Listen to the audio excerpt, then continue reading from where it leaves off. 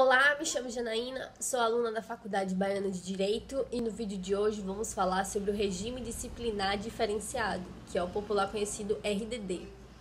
Então, para começar nossa discussão, primeiro vamos entender o que seria o RDD, né? Na verdade, é uma sanção disciplinar.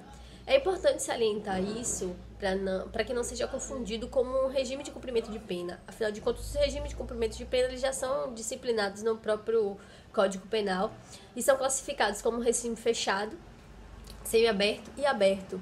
Já o RDD, como a sanção disciplinar, ele traz uma maior rigorosidade ao esse cumprimento de pena, que a gente vai discutir mais à frente. Inclusive, alguns doutrinadores denominam ele como um regime fechadíssimo e ele pode ser aplicado tanto a presos com sentença já intransitada e julgado, né? Ou presos provisórios ou então estrangeiros. Para a gente conseguir também entender a forma material do RDD, é interessante a gente traçar o cenário em que ele foi feito. Que na verdade o RDD foi uma resposta do Estado a um cenário de caos do sistema penitenciário. Para ser mais específico, do ano de 2001, estados do Rio de Janeiro e de São Paulo eclodiram muitas rebeliões e essas rebeliões eram lideradas por facções criminosas. E o Estado, percebendo que estava perdendo o controle de tudo, vale ressaltar também, dando um parêntese, que essas facções surgiram no próprio sistema penitenciário. E ela surgiu como uma resposta das violações que os carcerários sofriam e acabaram se unindo. Uma curiosidade, mas voltando à RDD, o Estado, então, passou a emitir, na verdade, o Poder Executivo, ele passou a emitir portarias disciplinando essa maior rigorosidade. Na época foi até suscitado esse ato se seria constitucional, afinal de contas, é de competência exclusiva da União legislar sobre a matéria de direito penal. Até caracterizar o RDD como uma sanção disciplinar e por isso ele teria uma natureza híbrida, ou seja, ele versa tanto sobre o direito penal como também o direito processual penal. Além disso, por ser uma sanção disciplinar, então seria da jurisdição do Poder Executivo emitir essas portarias que seriam necessárias para garantir a ordem. As discussões, na verdade, não chegaram nem a dar muito andamento, porque já logo em 2003, o Poder Legislativo ele já acabou dando constitucionalidade formal para a RDD, integrando ela no artigo na Lei de Execução Penal, disciplinando no artigo 52, que a gente vai discutir agora, em que hipóteses elas são aplicadas.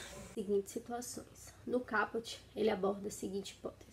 A prática de fato previsto como crime doloso constitui falta grave e, quando ocasiona a subversão da ordem ou disciplina interna, sujeitará o preso provisório ou condenado, nacional ou estrangeiro, sem prejuízo da sanção penal. Nesse aspecto, você tem uma sanção que se refere mais ao fato praticado do que ao autor.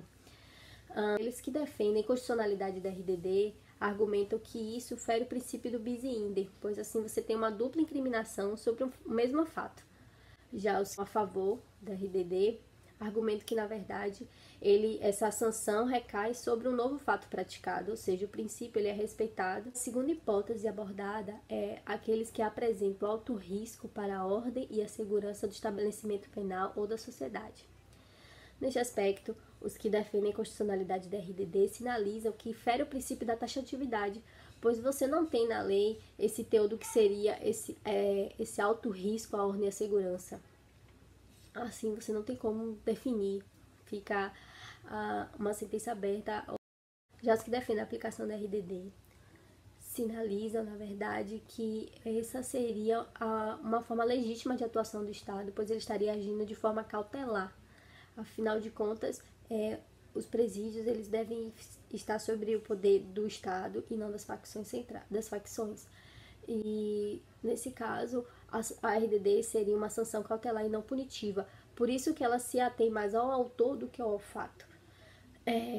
A última hipótese, você tem que aqueles que recaem fundadas suspeitas de envolvimento ou participação a qualquer título em organização criminosa, associação criminosa ou milícia privada, independentemente da prática de falta grave.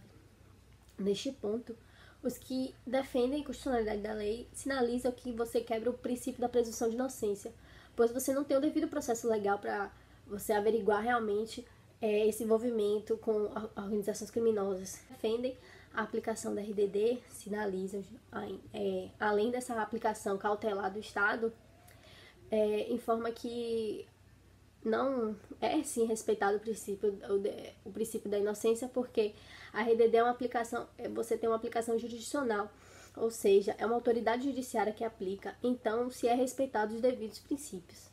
As características, né, da RDD, só fazendo também outra ressalva, que ela foi modificada recentemente em 2019 com a aprovação do pacote anticrime, e a gente vai fazer esse paralelo com a legislação inicial e depois com as modificações vieram com o pacote anticrime. Pronto. Temos primeiro a primeira característica, a duração máxima de até 2 anos, sem prejuízo de repetição da sanção por nova falta grave de mesma espécie. Nessa primeira característica você tem uma alteração. Inicialmente, já em 2013, a RDD ela tinha um limite máximo de aplicação da sanção de até o limite de 1/6 da pena aplicada, né? E tinha uma duração máxima de 360 dias. Com a aprovação do pacote de crime, aumentou muito mais o rigor da RDD, hoje a duração agora é de 2 anos, e ela pode ser aplicada sem limite, só de acordo com a nova falta grave, né, que se houver, pode ser aplicada sem distinção. Você também tem o recolhimento da cela individual, isso continuou, visitas quinzenais de 2 pessoas por vez a serem realizadas em instalações equipadas para impedir o contato físico e a passagem de objetos por pessoas da família ou no caso de terceiro autorizado judicialmente, com duração de até 2 horas. Ela também foi aumentado o rigor dela, afinal de contas antes você tinha essas visitas semanalmente, e com a aprovação do pacote de crime, você tem agora de modo quinzenal. A característica é o direito do preso à saída da cela por 2 horas diárias para banho de sol em grupos de até 4 pessoas, desde que não haja contato com os do mesmo grupo criminoso. Se você for passar a analisar algumas características da RDD, ela tem muito a ver com uma forma que ela foi concebida, né? Um cenário que ela foi concebida, que foi de combate às facções das referidas rebeliões, e ela enfatiza bem essa questão de maior rigor quando se trata de grupo criminoso. Algumas características da RDD, elas são bem discutidas, sobre a constitucionalidade dela, sobre a garantia dos direitos fundamentais. Essa parte você pode acompanhar na legislação. Você vai observar o grau de rigorosidade ao combate a indivíduos que são associados a organizações criminosas. Ela é bem discutível, na verdade, doutrinadores vêm a discutir que ela se remete muito à teoria do direito penal do inimigo, do autor Jacobs, que ele é um conceito que trabalha justamente essa distinção de atuação do Estado, onde ele não provém essa isonomia de atuação. Para aqueles que ele considera inimigo, ele não dá, na verdade, as garantias, os remédios, os benefícios que a própria Constituição traz.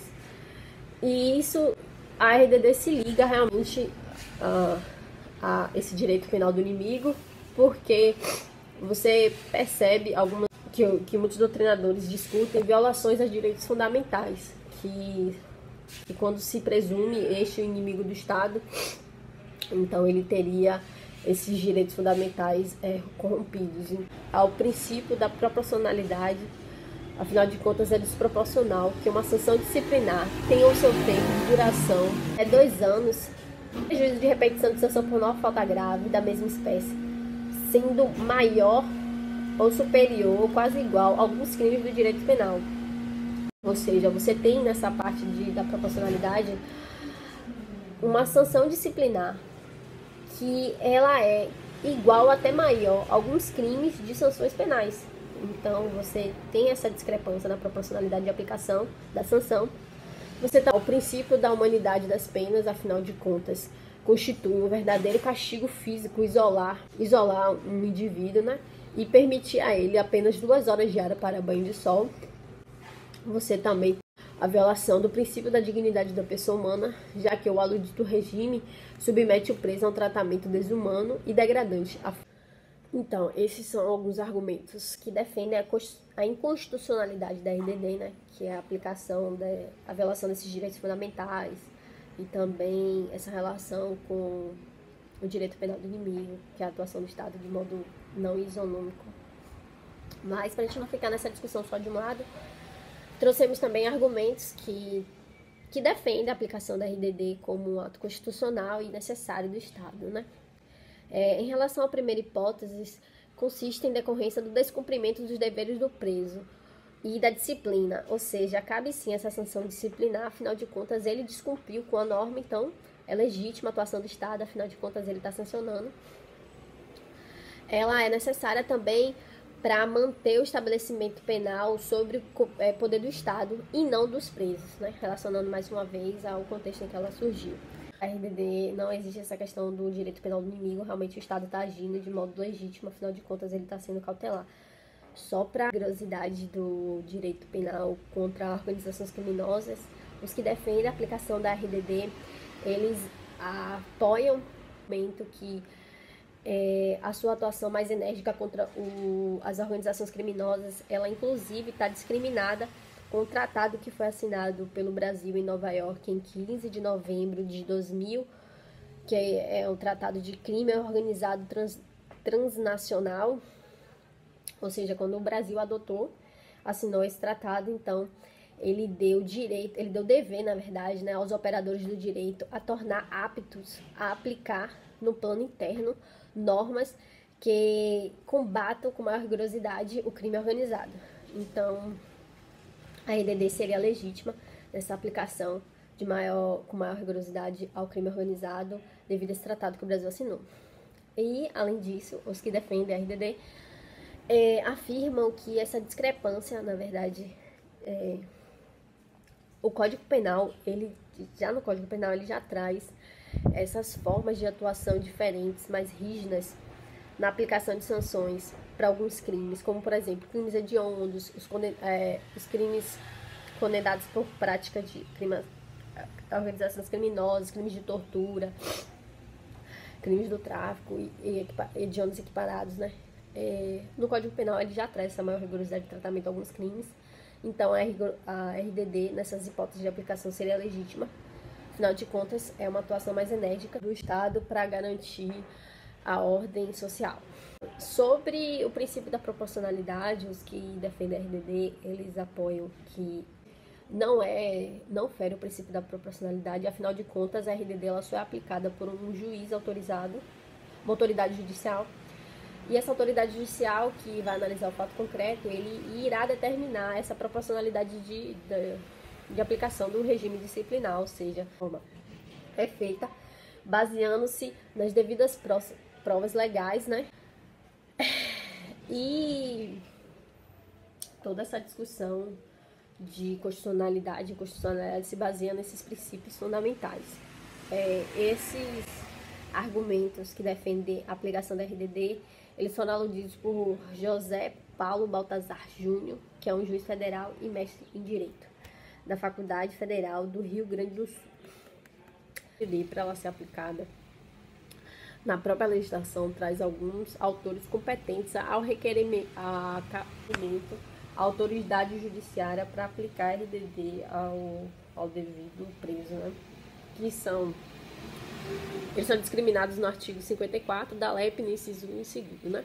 Que diz o seguinte: somente o diretor do estabelecimento ou outra autoridade administrativa, secretário da Segurança Pública ou administração penitenciária pode solicitar, por meio de requerimento circunstanciado, a inclusão no RDD, sendo assim, após a manifestação obrigatória tanto do Ministério Público e da Defensoria. Necessariamente, para o juiz decretar RDD, tem que haver esse requerimento dessas autoridades e, para isso, também tem que haver a manifestação tanto do Ministério Público e da Defesa, sendo passível de anulação se não houver essa manifestação. O juiz competente, repita-se, o de execução penal, terá o prazo de 15 dias para protolar sua decisão. Há também a hipótese de você aplicar RDD de modo administrativo, né? A autoridade administrativa poderá decretar o isolamento preventivo do faltoso pelo prazo de até 10 dias. Esses 10 dias são improrrogáveis e se, porventura, o juiz autorizar a imputar, no caso, uma RDD maior, haverá detração sobre a pena já cumprida pelo indivíduo, né? Bom, eu espero que tenha despertado o senso crítico de vocês para um tema tão polêmico e que enseja muitas discussões.